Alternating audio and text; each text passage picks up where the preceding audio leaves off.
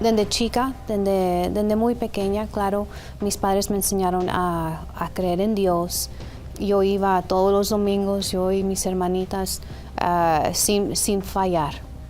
Y así fui creciendo yo oraba, hacía oraciones. Y llegó un punto que yo quería mucho más.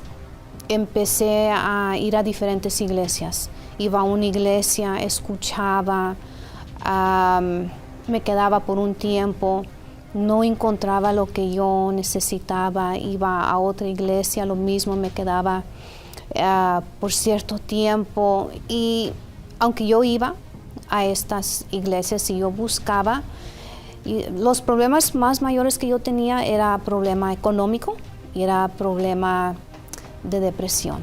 Yo tenía una depresión muy grande. Yo pretendía que todo estaba bien siempre. Más adentro de mí había un vacío muy intenso. Y cada día ese vacío se hacía más grande. Necesitaba yo una respuesta en ese momento. Necesitaba yo hablar y necesitaba yo saber que Dios estaba ahí. Yo me estaba quedando muy desesperada porque al fin yo estaba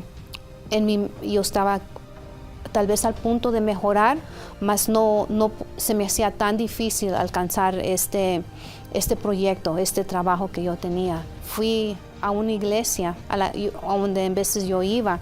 Toda esa desesperación que yo tenía, toda esa frustración, todo lo que yo estaba sintiendo, se fue disminuyendo. Todo lo que se me recomendaba, lo que decían, yo hacía, porque yo tenía esa necesidad. Mi ser necesitaba y deseaba más, y deseaba más.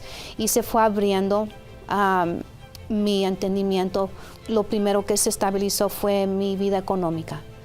Empecé también a invertir en esa fe. Empecé a buscar más de Dios. Empecé a entender que la necesidad que yo tenía más mayor era de recibir el Espíritu Santo. Al fin encontré la respuesta de todas las cosas que yo tenía espiritualmente, y fue cuando yo recibí el Espíritu Santo. Ahora yo veo el cambio en mí. Yo no soy esa persona depresiva, yo no soy esa persona frustrada, esa persona ansiosa.